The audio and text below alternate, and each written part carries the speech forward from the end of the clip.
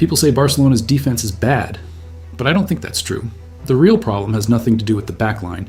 It has everything to do with what is, or isn't, happening at the other end of the pitch.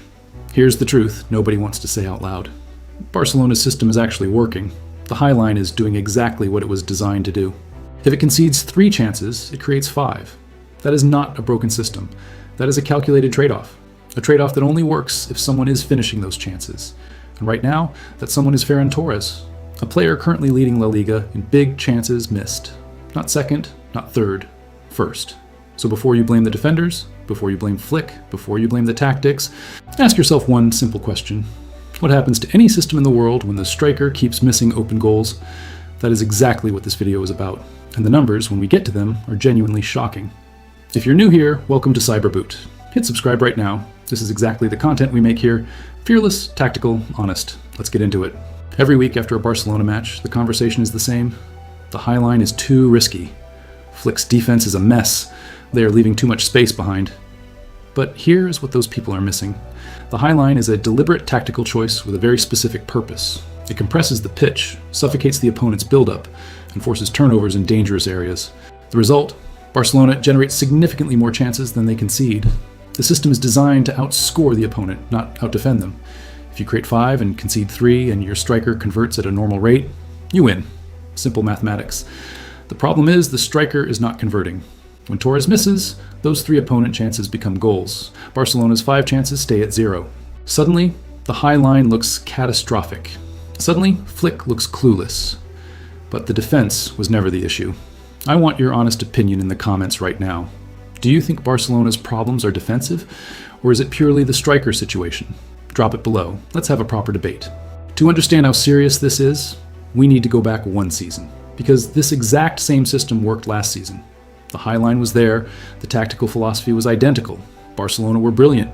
The difference? Robert Lewandowski. In a system built to generate high volumes of chances, Lewandowski was the perfect instrument. Clinical, reliable, devastating. Every chance the system created, he finished. That is exactly how this system is supposed to work.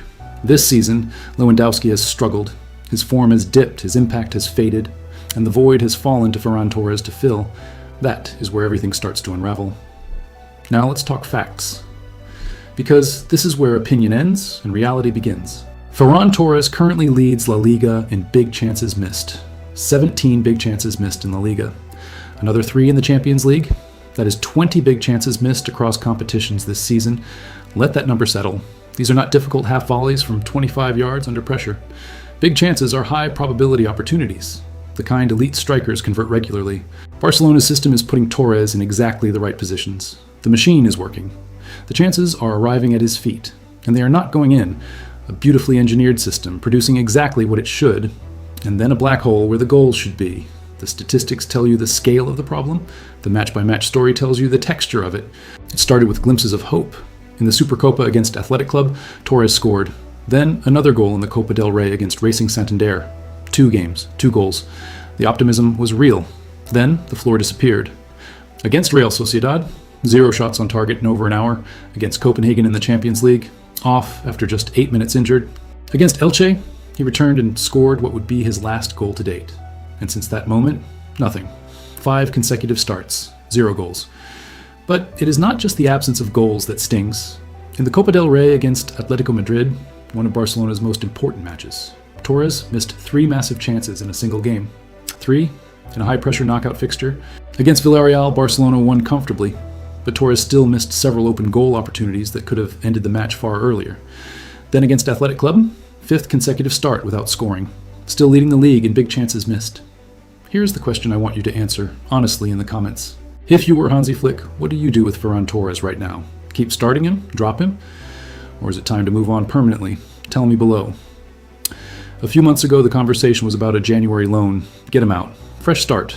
Short-term fix. That window is closed. That conversation is over. There's only one real, structural, sustainable solution now. Sell Torres in the summer. Use the funds to sign a pure number 9. A striker who does not just get into the right positions, but finishes from them. Because here is what one clinical striker changes for this Barcelona side. The system is already generating more chances than most teams in Europe. The creation is real. The infrastructure is in place. All that is missing is the finisher. A pure 9 makes the high line trade-off genuinely terrifying to play against. Sit deep, Barcelona create and score. Push up, Barcelona counter and score. That is the version of this team that is possible, and it is one player away. Barcelona are not broken. They are not in decline. They are a tactically sophisticated, chance-creating machine that is one striker away from being genuinely scary. One final question before I let you go. Who should Barcelona sign this summer as their pure number 9? Make your case in the comments. Name your player. Argue it properly. That is what the Cyber Boot comment section is built for. Not just reactions, but real football thinking. If you made it to the end of this video, you're exactly the kind of football brain this channel exists for.